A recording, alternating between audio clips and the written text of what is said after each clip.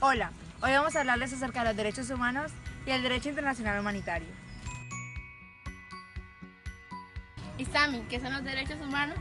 Valentina, los derechos humanos son aquellos derechos fundamentales que se le otorgan a todas las personas por el mero hecho de haber nacido.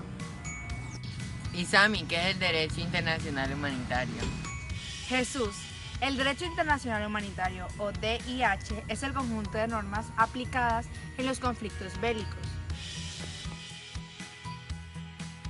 ¿Y en qué momentos se aplican?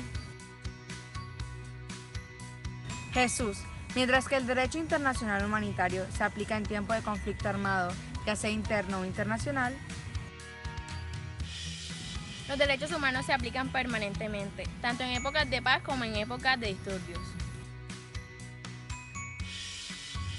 ¿Y qué me puedes decir sobre su aplicación personal?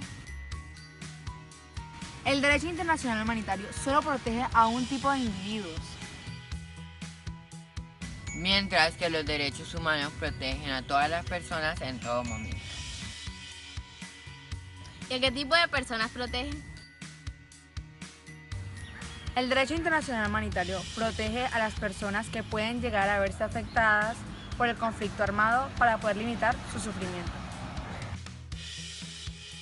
Los derechos humanos protegen a las personas y buscan favorecer su desarrollo mediante el goce de garantías y libertades. ¿Y cuál es su función? El derecho internacional humanitario cumple una función preventiva. Los derechos humanos cumplen una función preventiva y reparadora. Jesús, ¿y qué me puedes decir con respecto a su suspensión o restricción? Sami, el derecho internacional humanitario no se puede suspender ni restringir. Sami, ciertos derechos humanos pueden ser restringidos durante un estado de excepción. ¿Y quiénes son los responsables en cada caso? Sami, en el derecho internacional humanitario son responsables todas las partes del conflicto. En los derechos humanos los responsables son el Estado y los individuos. El derecho internacional humanitario solo se aplica en caso de conflicto armado. No cubre las situaciones de tensiones internas ni de disturbios interiores, como son los actos aislados de violencia. Solo es aplicable cuando se han desencadenado un conflicto y se aplica por igual a todas las partes, sin tener en cuenta quién lo inició. El DIH distingue entre conflicto armado internacional y conflicto armado sin carácter internacional. En los conflictos armados internacionales se enfrentan como mínimo dos estados. En ellos se deben observar muchas normas, incluidas las que figuran en los convenios de Ginebra y en el protocolo adicional primero. En los conflictos armados sin carácter internacional se enfrentan en el territorio de un mismo estado las fuerzas armadas regulares y grupos armados disidentes o grupos armados entre sí. En ellos se aplica una serie más limitada de normas, en particular las disposiciones del artículo 3, común a los 4 convenios de Ginebra y el protocolo adicional segundo. Es importante hacer la distinción entre derecho internacional humanitario y derechos humanos.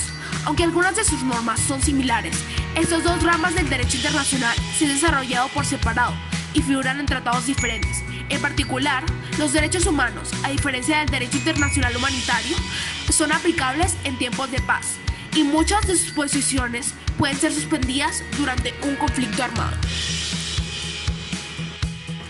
El derecho internacional de los derechos humanos establece la obligación de los gobiernos a actuar de una manera determinada o abstenerse de emprender ciertas acciones para promover y proteger los derechos humanos y las libertades fundamentales de los individuos o de los grupos.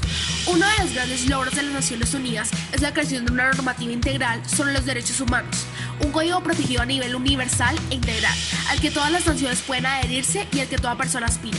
Las Naciones Unidas han definido un amplio abanico de derechos adaptados internacionalmente, entre los que se encuentran derechos de carácter civil, cultural, económico, político y social. También han establecido mecanismos para promover y proteger estos derechos y para ayudar a los estados a ejercer sus responsabilidades. Los cimientos de este cuerpo normativo se encuentran en la Carta de las Naciones Unidas y en la Declaración Universal de los Derechos Humanos, aprobados por la Asamblea General en 1945 y 1948 respectivamente.